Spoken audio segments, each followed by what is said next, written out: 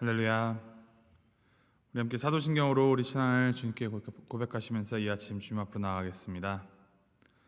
전능하사 천지를 만드신 하나님 아버지를 내가 믿사오며 그 외아들 우리 주 예수 그리스도를 믿사오니 이는 성령으로 잉태하사 동정녀 마리아에게 나시고 본디오 빌라도에게 고난을 받으사 십자가에 못 박혀 죽으시고 장사한 지 사흘 만에 죽은 자 가운데서 다시 살아나시며 하늘에 오르사 전능하신 하나님 우편에 앉아 계시다가 저리로서 산 자와 죽은 자를 심판하러 오시리라. 성령을 믿사오며 거룩한 공예와 성도가 서로 교통하는 것과 죄를 사하여 준 것과 몸이 다시 산 것과 영원히 산 것을 믿사옵나이다. 아멘. 찬송가 368장 우리 함께 찬양하시겠습니다. 368장 주 예수여 은혜를 우리 함께 찬양하시겠습니다.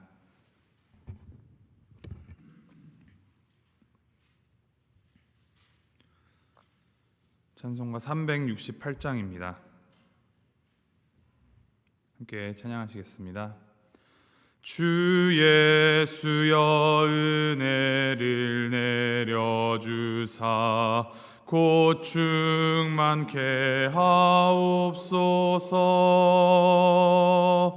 이주리고 목마른 나의 맘에 주 성령을 부으소서. 주 예수여 충만한 은혜 내 영혼에 부으소서. 주 예수만 나의 힘 되고 내 만족함 됩니다. 주 예수여 죄에서 풀어주사 날 정결케 하옵소서.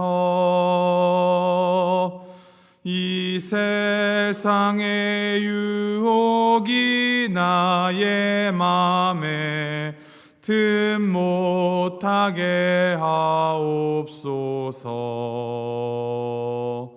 주 예수여 충만한 은혜 내 영혼에 부으소서. 주 예수만 나의 힘 되고 내 만족함 됩니다.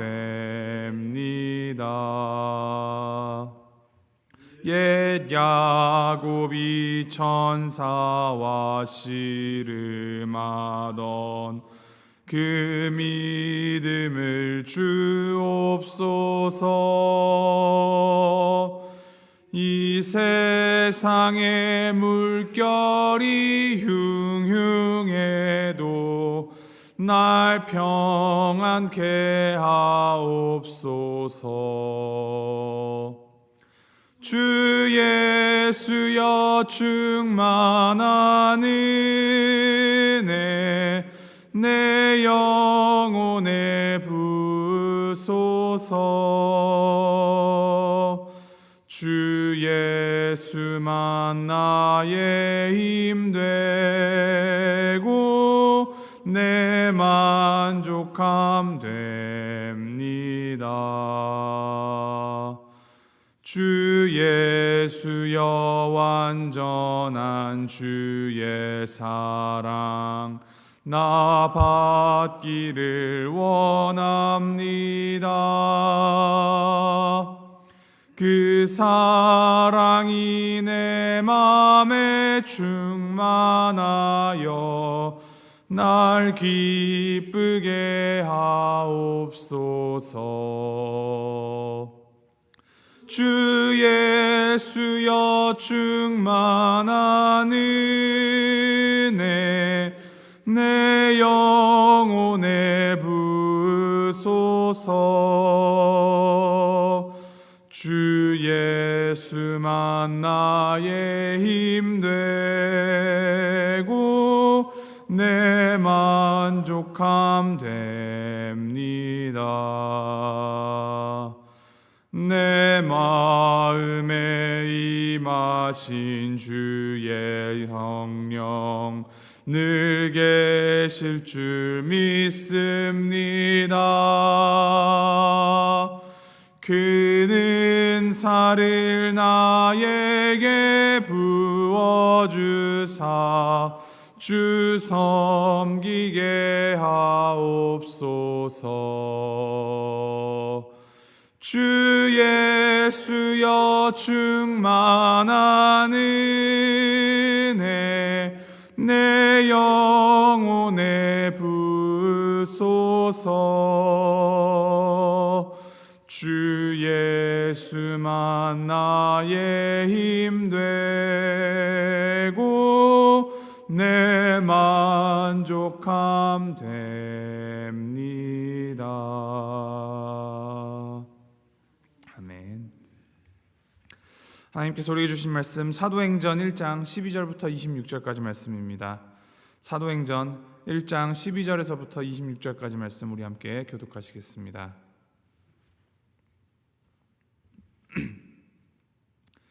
사도행전 1장 12절부터 26절까지 말씀, 제가 12절 말씀 먼저 읽도록 하겠습니다. 제자들이 감람원이라 하는 산으로부터 예루살렘에 돌아오니 이 산은 예루살렘에서 가까워 안식일에 가기 알맞은 길이라.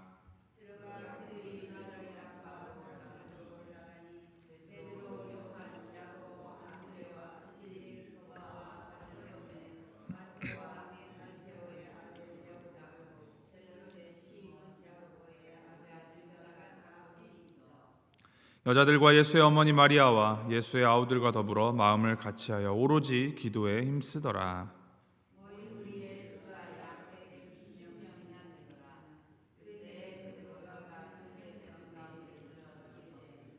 형제들아, 성령이 다윗의 입을 통하여 예수 잡는 자들의 길잡이가 된 유다를 가리켜 미리 말씀하신 성경이 응하였으니 마땅하도다.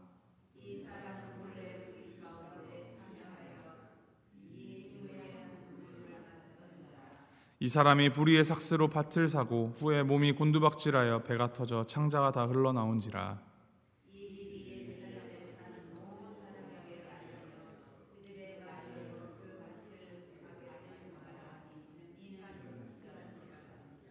시편에 기록하였으되 그의 거처를 황폐하게 하시며 거기 거하는 자가 없게 하소서 하였고 또 일렀으되 그의 직분을 타인이 취하게 하소서 하였도다.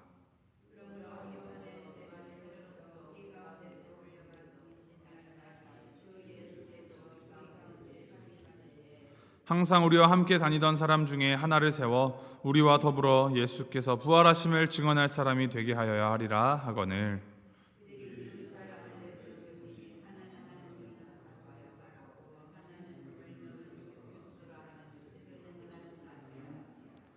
그들이 기도하여 이르되 뭇 사람의 마음을 아시는 주여, 이 두 사람 중에 누가 주님께 택하신 바 되어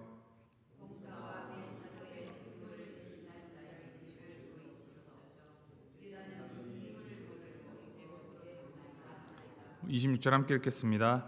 제비 뽑아 마띠아를 얻으니 그가 11사도의 수에 들어가니라. 아멘. 이제 오늘부터 사도행전을 우리가 시작합니다. 이 사도행전은 누가복음의 저자 이 누가가 이제 누가복음에 이어지는 연작 형태로 기록하였습니다. 그러니까 1권이 누가복음이라면 이제 2권이 사도행전인 것이죠. 누가복음이 예수님의 이 출생과 사역 그리고 부활에 대한 증언이라면 이 사도행전은 이제 예수님의 승천 후에 복음 전파를 위한 사도들의 행적과 그 복음이 유대 지방에서부터 이방 지역까지 퍼져나가는 그 과정을 상세하게 증언합니다. 이 사도행전을 우리가 이제 묵상하면서 우리가 주목해야 할 것이 이 사도행전이라는 이름 속에서도 드러나는데 바로 사도행전이라는 것입니다.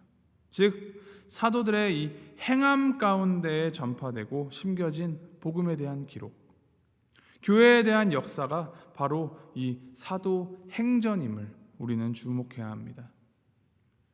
사도로서 어떠한 말, 언을 하고 어떠한 가르침, 교훈을 주었는가 보다도 그 가르침을 어떻게 행하였는가가 복음 전파에 더 중요하다는 것을 우리가 염두에 두고, 사도들이 어떠한 행함으로 복음을 심었고 그것을 우리 삶 속에 어떻게 적용해야 하는가를 고민하면서 이 사도행전을 함께 묵상해 나가면 좋을 것 같습니다. 이제 간략하게 오늘 본문 이전 이 처음 1절부터 11절까지를 살펴보면, 부활하신 예수님께서 이제 40일 동안 제자들과 함께 하시면서 하나님 나라의 일에 대한 말씀을 주신 후에 이제 승천하시기 바로 직전에 제자들에게 약속하신 것, 성령으로 세례를 받을 것을 기다리라라는 말씀하신 후에 하늘로 승천하셨습니다. 그리고 8절에 기록하시죠. 오직 성령이 너희에게 임하시면 너희가 권능을 받고 예루살렘과 온 유대와 사마리아와 땅끝까지 이르러 내 증인이 되리라. 사실 이 8절이 사도행전을 한 문장으로 요약하는 구절입니다. 이제 예수님께서 승천하셨습니다. 이제 제자들만 남았죠. 사실 어떻게 보면은 제자들에게 큰 위기의 순간입니다. 그들이 믿고 따랐던 주님이 당장 눈앞에서 사라지셨기 때문이죠. 리더가 없어진 것입니다. 마치 목자 없는 양처럼 되었습니다. 이제 그들은 무엇을 어떻게 해야 할지, 어디로 가야 하는지, 무엇을 해야 하는지 구체적으로 지침을 줄 사람이 없습니다.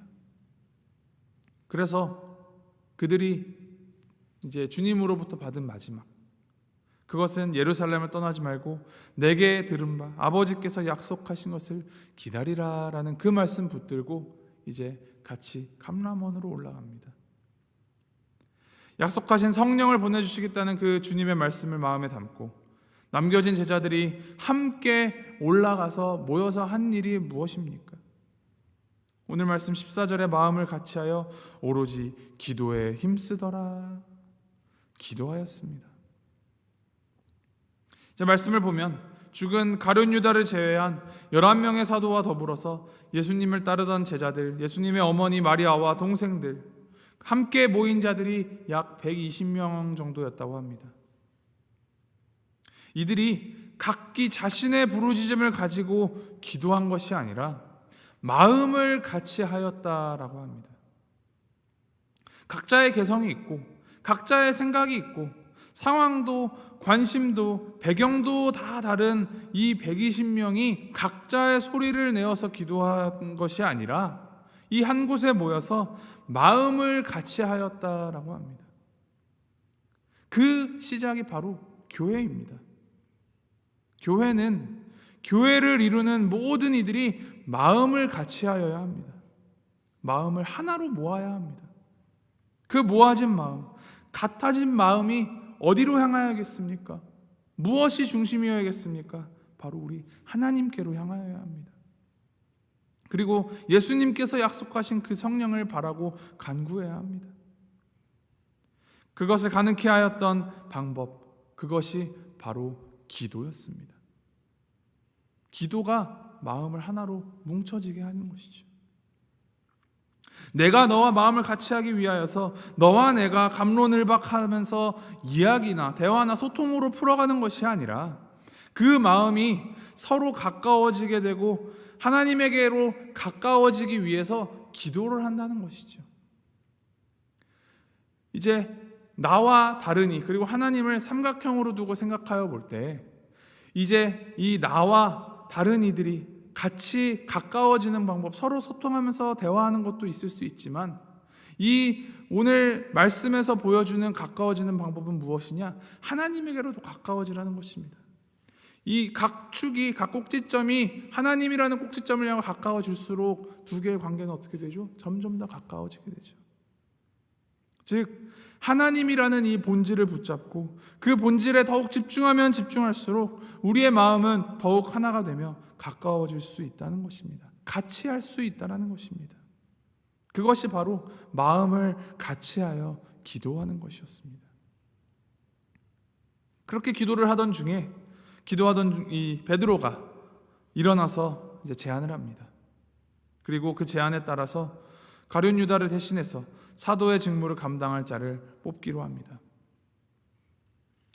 베드로는 이 12명의 제자 중에 하나였던 가룟 유다의 죽음에 대하여서 이렇게 말을 합니다. 17절부터 19절. 이 사람은 본래 우리 수 가운데 참여하여 이 직무의 한 부분을 맡았던 자라. 그러면서 이제 18절 19절의 괄호로 이제 부연 설명이 들어가 있죠. 그 부연 설명은 베드로가 말한 것이 아니라 저자인 누가가 추가로 기록한 것입니다. 그리고 25절에는 이렇게 표현합니다. 봉사와 및 사도의 직무를 대신할 자인지를 보이시옵소서. 유다는 이 직무를 버리고 제 곳으로 갔나이다. 이 봉사와 및 사도의 직무를 대신할 자가 필요하다라면서 얘기하면서 그 직무를 감당할 자의 이 자격 조건을 21절, 22절에 이야기합니다. 제가 말씀 읽어드립니다. 이러함으로 요한의 침례로부터 우리 가운데서 올려져 가신 날까지 주 예수께서 우리 가운데 출입하실 때에 항상 우리와 함께 다니던 사람 중에 하나를 세워 우리와 더불어 예수께서 부활하심을 증언할 사람이 되게 하여야 하리라. 유다를 대신해서 세워지는 사람이 해야 할 역할, 그것은 우리와 더불어서 예수께서 부활하심을 증언할 사람이 되는 것입니다. 이 세상을 향하여, 예수님을 알지 못하는 자들을 향하여 예수님의 이 부활을, 그 복음을 증언해야 하는 것이 사도의 자격이며 사도의 직무입니다. 그리고 그 사도의 직무가 곧 교회의 직무이자 사명입니다. 오늘 말씀 이후로 이어지는 사도행전 2장에서는 이제 오순절 성령 강림 사건이 있는데, 성령 강림의 그 결과로 교회가 탄생하게 되죠. 성령 충만함을 입은 이 사도들이 기도하는 가운데, 기도로 시작하여서 기도하는 가운데 탄생한 교회, 그 교회의 사명이 곧 예수님의 부활 소식을 증언해야 한다라는 것을 보여줍니다. 그리고 그 증언은 세상적인 힘이나 권위나 혹은 개인의 언변이나 개인의 능력으로 세워지고 이루어지는 것이 아니라 부활을 증언하며 그 증언하는 가르침을 행함으로 보이는 그 사도들의 전도를 통하여서 이루어집니다. 베드로가 제시한 이 유다를 대신할 자의 기준에 부합되는 사람이 이제 두 사람이 있었습니다. 23절 말씀입니다. 그들이 두 사람을 내세우니 하나는 바사바라고도 하고 별명은 유스도라고 하는 요셉이요, 하나는 마띠아라. 이 요셉이라는 자는 안식일의 아들이라는 바사바, 그리고 의로운 자라는 뜻의 유스도라는 별명이 있었습니다. 이렇게 별명을 두 개나 열거하는 것을 보면 잘 알려진, 그 당시에 그 사람들 가운데서 꽤나 알려진 인물이었다라고 생각해 볼 수 있습니다. 그에 비교해서 마띠아라는 이름의 뜻은 여호와의 선물이라는 뜻인데, 그냥 이름 한자만 소개되어 있는 것으로 볼 때 이 요셉에 비해서는 조금 덜 알려진 인물이었던 것 같습니다. 그렇지만 두 사람 모두 사도가 될 만한 자격을 만족하는 후보들이었죠. 이 둘 중 한 사람을 이제 선출하는데 그들이 어떻게 합니까? 24절입니다. 그들이 기도하여 이르되 뭇 사람의 마음을 아시는 주여, 이 두 사람 중에 누가 주님께 택하신 바 되어. 먼저 그들이 기도합니다. 두 사람을 놓고 기도했습니다. 그리고 나서 제비를 뽑아서 마띠아를 얻으니 그가 11사도의 수에 들어가니라 라고 합니다. 이 제비 뽑기라는 방법을 통해 마띠아가 사도의 수에 들어가게 된 것은 맞습니다. 왜 더 잘 알려지고 더 유력한 그 후보였던 요셉이 아니라 마띠아가 뽑혔는지 우리는 한번 생각해 볼 수 있습니다. 이 제비 뽑기라는 방법 때문에 마띠아가 된 것일까요? 물론 이 방법이 논란이 되었다, 그가 가운데서 문제가 되었다는 기록은 없습니다. 그렇다고 또 요셉에게 우리가 모르는 결격 사유가 있었다라는 것도 알 수 없습니다. 한 가지, 제비 뽑기라는 방법을 통하였지만 그들이 기도하고 이 마띠아를 뽑은 것은 사람들의 마음을 아시고 우리 인간의 생각을 초월하시는 주님의 그 생각, 주님의 부르심, 주님의 선택하심을 믿고 맡기며 또 믿고 따랐다라는 것입니다. 이 사도행전에서 제비뽑기를 했다고 오늘 우리도 다 제비뽑기를 해야 한다라고 말하는 것은 꼭 합당하지는 않습니다. 투표를 하거나 지명을 하거나 그러한 방법론적인 것보다도 우리가 더 주목하고 관심을 두어야 할 것은 그 방법에 앞서서 마음을 같이하여 기도하여야 하고, 기도함을 통하여 성령의 인도하심을 구하면서 그 인도하심을 따라 존중하고 순종하고 따라야 한다라는 사실입니다. 결국 오늘 말씀을 포함한 이 사도행전 전체가 보여주는 것은 우리 기독교가 무엇이고 교회가 어떠한 것인지 그 목적과 그 역사를 비추어 주므로 오늘날 우리가 어떠한 교회를 이루어가야 하는지를 고민하게 하고 적용하게 한다는 점입니다.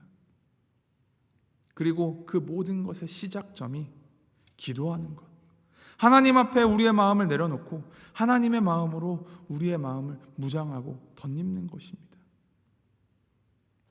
눈앞에서 주님의 승천을 바라본 제자들, 그 사도들은 함께 모여서 어떠한 기도를 하였을까요? 눈앞의 문제들로 두려움에 대한 하소연도 있었을 것입니다. 이 선생의 부재로 인한 불안함에 대한 호소도, 또 도움 요청의 간구도 있었을 것입니다. 그리고 앞으로 어떻게 해나가야 할지에 대한 간구 또한 있었을 것입니다.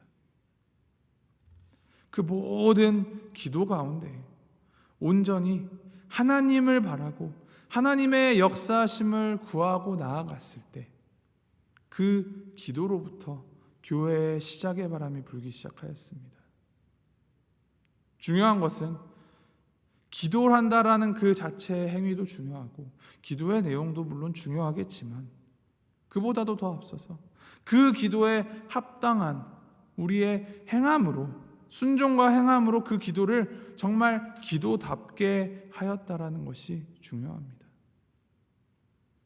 마띠아를 새로운 사도로 함께 세워서 교회의 기틀을 마련하는 그 모든 과정 가운데에서 하나님을 중심으로 마음을 모았을 때 교회를 통한 하나님의 운행하심이 시작되었음을 오늘 말씀 묵상하시면서 우리도 마음을 모으고 뜻을 모으고 힘을 모아서 교회가 교회답게 기도하고 마음을 같이하여야 할 것입니다.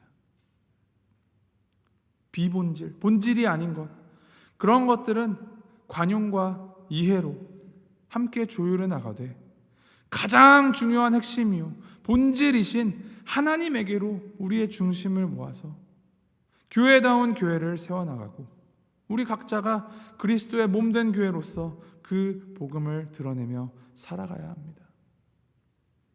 오늘 하루 우리를 교회로 부르신 하나님의 부르심에 합당하게, 또 주님을 찾으며 주님의 뜻을 구하는 우리의 기도에 합당하게 오늘 하루를 이 기도에 합당한 행함으로 살아가는 우리 모두가 되기를 주님의 이름으로 소망하고 축복합니다. 함께 기도하시겠습니다. 하나님 아버지, 제자들과 사도들이 마음을 같이하여 기도함으로 하나님 앞에 온전히 나아감으로 교회의 역사가 쓰여져 내려가기 시작하였음을 우리가 묵상하게 하시니 감사드립니다. 주님의 약속을 붙잡고 기도한 그 공동체가 하나님의 때를 기다리며 기도하였을 때 하나님의 그 말씀대로 공동체가 하나님 안에서 더욱 단단하여짐을 보게 됩니다. 주여, 우리도 또 우리 교회도 주님 안에 하나 되어서 주님을 굳게 붙잡고 주님의 복음을 세워나가고 증언하는 기회가 되기를 소원합니다. 세상의 것들이 아닌 오직 주님만을 향하여 하나님 나라를 위하여 초점을 맞추는 영광스러운 교회가 되게 하여 주시옵소서. 각자의 자리에서 우리가 서로 존중함으로 우리 안에 역사하시는 그 하나님만을 바라며 함께 동역함으로 기도함으로 주님의 복음을 이 땅 가운데 전하는 교회다운 교회, 공동체다운 공동체 되도록 주여 역사하여 주시고 인도하여 주시옵소서. 감사드리며 이 모든 말씀 우리 주 예수 그리스도의 이름으로 기도합니다. 아멘. 하늘에 계신 우리 아버지여, 이름이 거룩히 여김을 받으시오며 나라의 마옵시며 뜻이 하늘에서 이룬 것 같이 땅에서도 이루어지이다. 오늘날 우리에게 일용할 양식을 주옵시고 우리가 우리에게 죄 지은 자를 사하여 준 것 같이 우리의 죄를 사하여 주옵시고 우리를 시험에 들게 하지 마옵시고 다만 악에서 구하옵소서. 대개 나라와 권세와 영광이 아버지께 영원히 있사옵나이다.